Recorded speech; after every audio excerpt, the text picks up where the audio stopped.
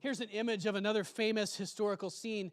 This is St. Bernard of Quintavalle, who in the 1200s was the first of St. Francis of Assisi's followers of Jesus, both of them.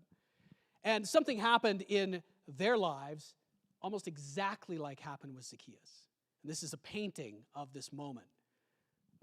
Bernard of Quintavalle realizes, and St. Francis at the same moment, after seeking God for a long period of time, this guy's very wealthy. In fact, he might have been the wealthiest person in the town of Assisi.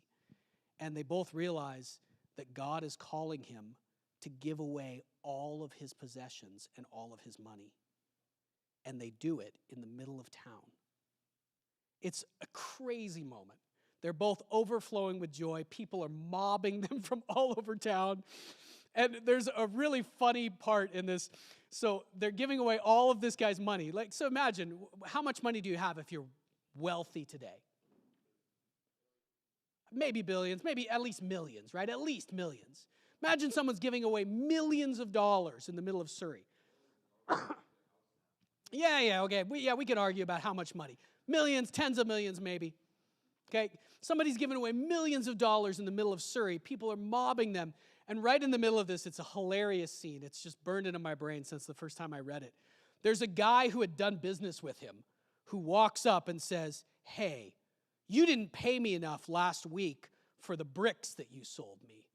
Or the bricks that I sold you. You didn't pay me enough. You cheated me last week."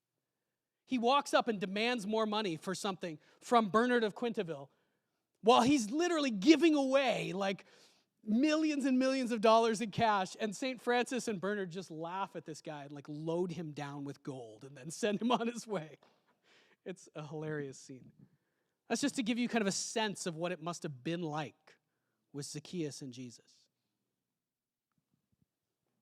Jesus' final point, I think the main thing that you can take away, the main sort of emotional point, is just that moment of transformation. And that he was transformed when he realized that Jesus already knew him. When he really saw Jesus. When he came to know Jesus in some small fraction of the way that Jesus already knew him. And Jesus makes a point at the end that I think is directed at the rich young ruler. It's directed at a whole bunch of other people who he's just been around. Some rich, some poor, all who are trying to get to God in some way. And Jesus' point is this: anyone can come with me.